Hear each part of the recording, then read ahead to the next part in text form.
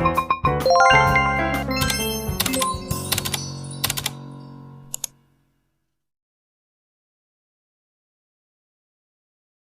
buhay mga kumars. Magluluto tayo ng ulam guys. Today's ulam.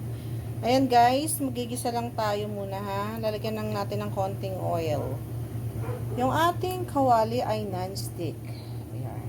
Non-stick yan guys. Non-stick.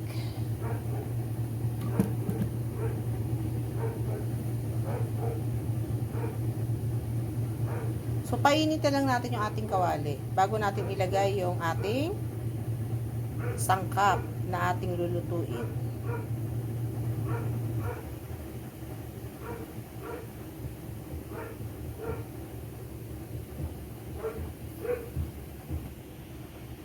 So ayan, mainit na yung ating kawali. Lagay na natin yung ating tofu.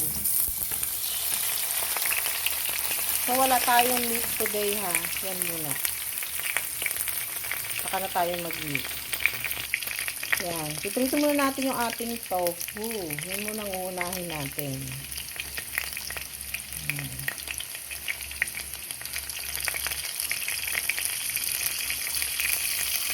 Mas bet ko yung tofu kesa sa pork.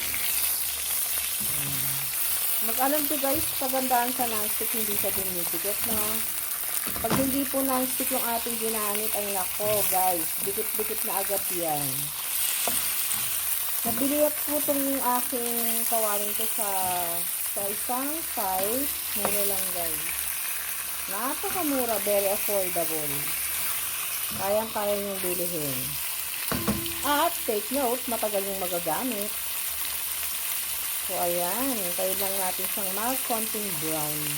Ayoko nang masyadong overcook para hindi matigas. Alam niyo naman pag tofu matigas pagka overcook. So hindi natin kailangan i-overcook yan guys. Basta maluto lang siya guys ha.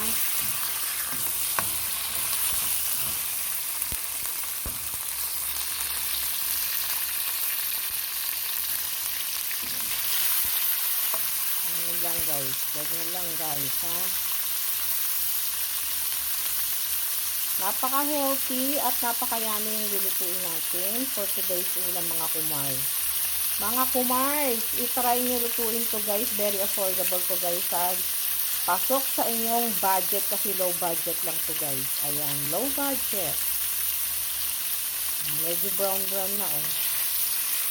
Hindi natin siya kailangan i-golden brown. Basta medyo light brown pwede na guys. Pwede na.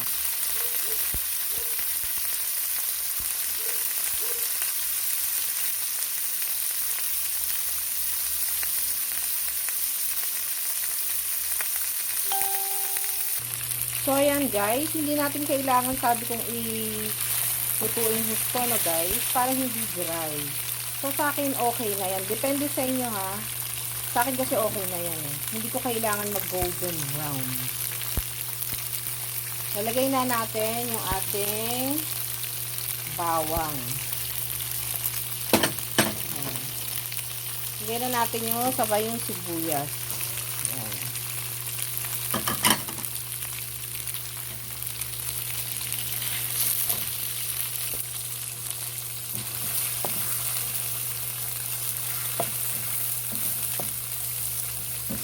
Guys, kukunti lang yung ating oil. Ayoko nang masyadong oil kasi eh, ha? So, kung tutuusin nga, ayoko sanang medyo gisa-gisa. So, kailangan, meron din kasi pagkain na kailangan nating igisa. Parang nakakapagod kumain ng palaging may oil. Yan ang dahilan kung bakit hindi ko masyadong gusto na may oil. Kung tutuusin nga, instead prito maganda bake or grill, yan ang maganda. So, ayan.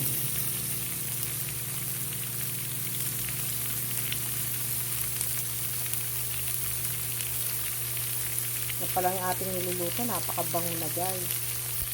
So, ayan mga kumars. Pwede na natin ihalo yung ating kasunod na ingredient. Ito ay tuyong alamang. Tawag nila dyan ng iba kalkag. Yan. Tuyong alamang yan guys. Ayan ang halo natin. So, walang bagong tayo hinalo ah. Yan lang. Mix na natin.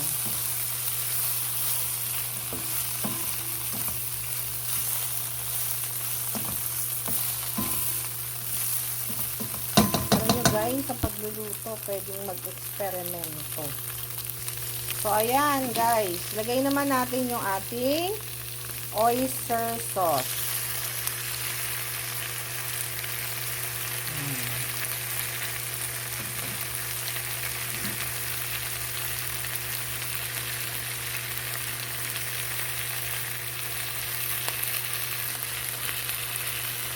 Tapos, lagyan natin ng konting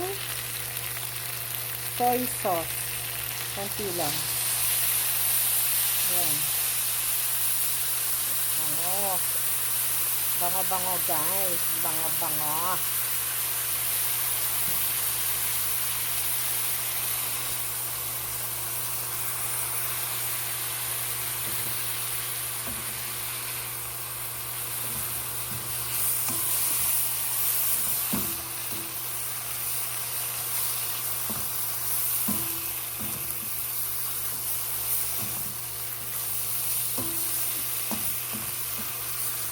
So bango, guys. So bango.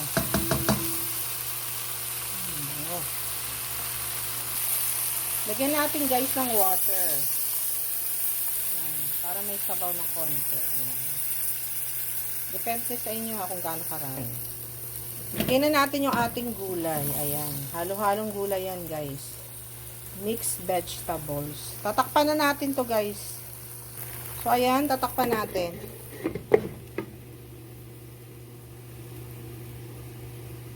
So, ayan. Buksan natin, guys. Wow. Bango, ha. Napakabango, guys. Lagyan lang natin ng konting paminta.